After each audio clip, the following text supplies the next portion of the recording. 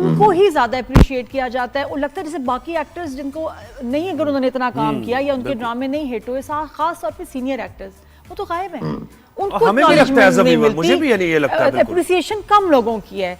कोई भी चीज हो उसमें आप अपने सीनियर्स को ना भूलें।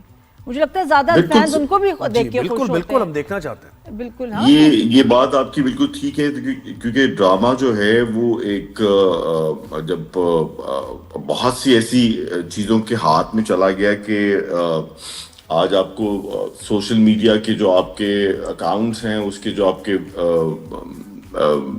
कितने आपके फॉलोअर्स हैं, उस पर बहुत डिपेंड करता है। और हर बंदा जो है सोशल मीडिया में इतना एक्टिव नहीं है, मतलब उसके लिए एक्टिव होना बहुत जरूरी है। लेकिन ये और जो एक्टिव है वो बहुत फारिग हैं, जो कमेंट्स कर रहे हैं ना, ये हर दौर के नादिया कुछ तकाजे होते हैं। मुझे लगता है कि आज के एक्टर्स की जो मार्केट है उसमें सोशल मीडिया बहुत अहम किरदार अदा करता है। तो मेरा ख्याल है कि हम जैसे जो सीनियर लोग हैं उनको ये चीज सीख लेनी चाहिए। लेकिन अब ये होता है कि मुश्किल लगता है, टायरिंग भी लगता है। अच्छा काशिफ, ये बताएं, आपने शो होस्ट भी किया, मतलब माशाल्लाह राइटर है, प्रोड्यूसर है, एक्टर है। जो शो जब कर रहे थे तो क्या होता था, जो हमारे सबके साथ ही आजकल होता है कि जी ये वायरल हो गया, वो गड़बड़ हो गई, वो बात तो ऐसी नहीं की थी, तो जो गेस्ट आपके शो पे आते थे उसमें कौन सी क्लिप्स वायरल हुई, या ये कहा गया हो कि वायरल करें, कोई ऐसी बात करें कि जी वायरल हो? वो शो को याद करो कि बहुत जबरदस्त शो था, मैं भी उसमें एज ए गेस्ट गई थी, बड़ा अच्छा शो था।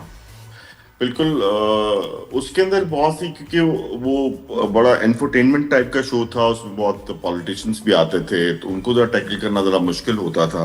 और थोड़ा सा जो है पीपल्स पार्टी वाले मुझसे नाराज रहते थे उसमें अक्सर औकात, और थोड़ा सा मेरे अगेंस्ट भी रहे। फिर उसके बाद जो है वो यानी कि किसी आर्टिस्ट की स्टेटमेंट वायरल हुई हो, कोई सवाल जवाब उल्टा पड़ गया हो। देखिए नादिया, हर किसी का ना अपना माइंड ऑफ फ्रेम है काम करने का। मतलब मैं उस बहुत सी होता ये था कि वो चाहते थे कि कुछ ना कुछ ऐसा वायरल सी चीज हो, लेकिन आपको क्या पसंद है, आप भी करना चाहते हैं या नहीं करना चाहते, ये बड़ा इम्पोर्टेंट रोल अदा करता है।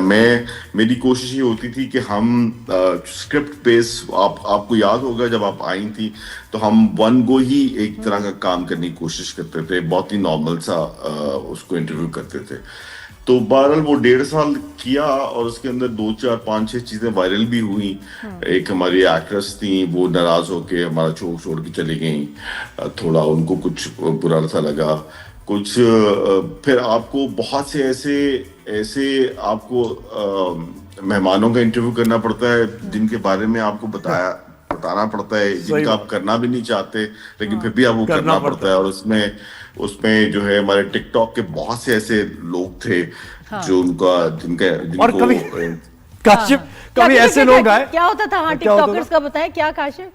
जैसे मतलब जैसे कि टिकटॉक में बहुत सी ऐसी दुनिया, टिकटॉक की दुनिया बिल्कुल अलग है ना, मतलब उसको आप इनकार तो नहीं कर सकते। बिल्कुल बिल्कुल। लेकिन बहुत से ऐसे लोग थे, बड़ी बड़ी चैनलों वाले, जिनके इंटरव्यू करने पड़ते थे, तो बाहर वो फिर अच्छा, जिनके जाली भी अभी वो हाँ मैं समझ गया। अच्छा, मुझे लगता है कोई ऐसे लोग आए कि आपने सोचा यार ये बात ही नहीं कर रहा, मैं क्या क्वेश्चन करूं, ये तो है ना सर। पाक देखिए, इंडिया के अंदर कपिल शर्मा का शो अगर आप देखते हैं तो उसके अंदर जितने भी एक्टर्स आते हैं, बड़े बड़े स्टार्स आते हैं, वो जो है उस कपिल का साथ देते हैं, उसके साथ टीम की तरह काम करते हैं। हमारे यहाँ तो मेहमान आ जाता है और वो टांग पे टांग रख के बैठ जाता है, कहता है मैंने हंसा के खाओ जरा। तो बहुत सा मुश्किल हो जाता है। तो बहरहाल वो एक अच्छा एक्सपीरियंस था। हमने एक छोटा सा, वो चैनल भी नया था, और एक छोटे से कैनवस पे हमने एक अच्छा काम करने की कोशिश की थी। तो बहरहाल वो ठीक था। सिंगर बड़ी मशहूर हुई है भाई। हाँ, वो निम्रा मेहरा जो थी उस वक्त, मैं तो उधर भी सुना, मैं कितनी प्यारी इसकी आवाज है, उसके बाद तो वो एक सेंसेशन बन गई भाई। और यानी कि वो आवाज तो उसकी खूबसूरत थी ही, उसको एक्सप्रेशन बड़ा जबरदस्त है उसका, वो डिम्पल। हाँ, वो करते हुए। काशिफ पाकिस्तान आते हैं, किसी को बता के आते हैं या बस चुपचाप काम किया और वापस? अभी नहीं मैं बता के आता हूँ कि मतलब बता क्या किसको घर में बता के आते हैं? अच्छा काम करने के लिए तो मैं किसी वक्त भी रेडी हूँ, बस जो है बस मुझे ये मत समझा जाए कि मैं क्यों यूके में रह रहा हूँ। हाँ। मैं हूँ पाकिस्तान में, और आप यकीन करें नादिया, 2 वक्तों में जीता हूँ। यानी कि मेरी 24 घंटे के अंदर सुबह के 9 2 दफा बजते हैं, एक दफा पाकिस्तान में बजते हैं और एक दफा यहाँ बजते हैं। और आप ये देखिए कि ये भी आपकी मोहब्बत है कि आपका पैगाम मुझे मिला, तो इस मेरे ख्याल सुबह के 5:30 बजे हुए हैं यहाँ पे। अच्छा, इतना टफ स्केड्यूल है आपका, और आपके बेटे हाफिज कुरान भी हैं, तो ये भी यानी बच्चों की तरबियत पर भी आपने फोकस किया हुआ है। उसका क्रेडिट मैं नहीं लेता, वो सारा क्रेडिट जो है ना वो बच्चों की माँ का है, मैं क्या क्रेडिट लूँ उसके अंदर।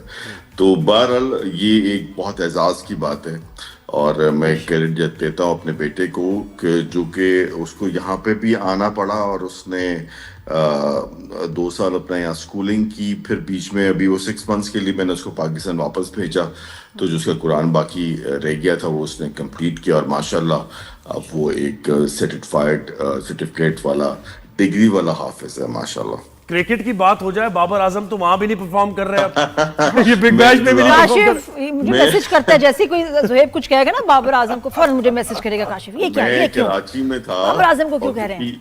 कफील ही की रिकॉर्डिंग पे था, और सुबह के वक्त था, शायद उस दिन शूट नहीं था, तो मैंने टीवी ऑन किया तो आप दोनों बाबर आजम के बारे में बात कर रहे थे, तो आप दोनों जिस तरीके से बात कर रहे थे, दोनों नहीं फिर मुझसे रहा नहीं गया।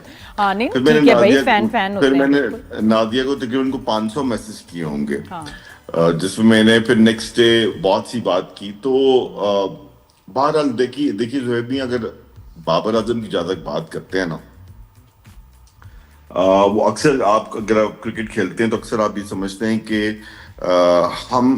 हम लोग जो हैं हमने इतनी तनकीद की है बाबर आजम के ऊपर पाकिस्तानियों ने। अब मैं सिर्फ आपसे एक बात पूछना चाहता हूँ कि जितने भी क्रिकेट के जितने भी एक्सपर्ट्स बैठे हुए हैं, मुझे लगता है कि उनसे ज्यादा क्रिकेट की समझ, मुझे सिर्फ इतनी बताइए कि जब बाबर आजम स्टेडियम जाता है और पूरा 25-30 हजार लोग बैठे होते हैं, तो वो लोग बाबर क्यों करते हैं?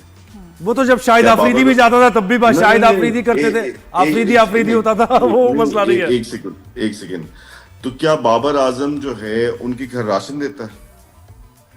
देखिए फैंस हो ना काशी भाई, तो लंबी बात हो जाएगी, क्रिकेट की बात क्यों फैंस हैं? हाँ। मुझे सिर्फ ये बताइए। अच्छा, एक दफा आपने पाकिस्तान इंडिया का मैच था और आपने ड्रामा रुकवा के अपना स्क्रीन लगवा के मैच देखा शूटिंग पर, तो वो मैच हार गए होंगे, अब ये जीते थे, क्या हुआ था वो? देखिए हार जीत जो है हार जीत जो है वो खेल का हिस्सा है। मुझे सिर्फ ये बताइए कि वो पूरा स्टेडियम बाबर क्यों करता है?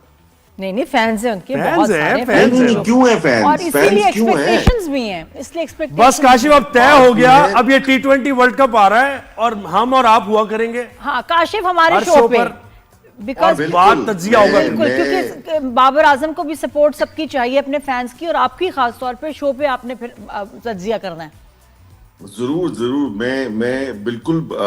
देखिए बाबर आजम पाकिस्तान का हीरो है, मेरा हीरो है, बेशक। और यानी कि मुझे ऐसा लगता है कि अगर हमारे बच्चे जो हैं बाबर आजम को फॉलो करेंगे तो सही क्रिकेट को फॉलो करेंगे, क्योंकि इससे पहले ज़ुहैब मियां को ने बड़ा जबरदस्त होमवर्क है, उनको मेरी बहुत सी बातों का पता है, तो उनको शाहिद अफरीदी साहब की क्रिकेट के बारे में जो मेरा पॉइंट ऑफ व्यू है वो भी पता होगा। जी बिल्कुल, इसलिए मैंने कहा वो एक और पॉइंट ऑफ व्यू, क्योंकि अब ये एक ऐसे टॉपिक है कि इसके लिए बड़ा मेरा आपका मैच पड़ गया, बस मेरा आपका मैच पड़ गया है। उस दिन मैं छुट्टी करूंगी। बहुत शुक्रिया Kashif, thank you so much Kashif.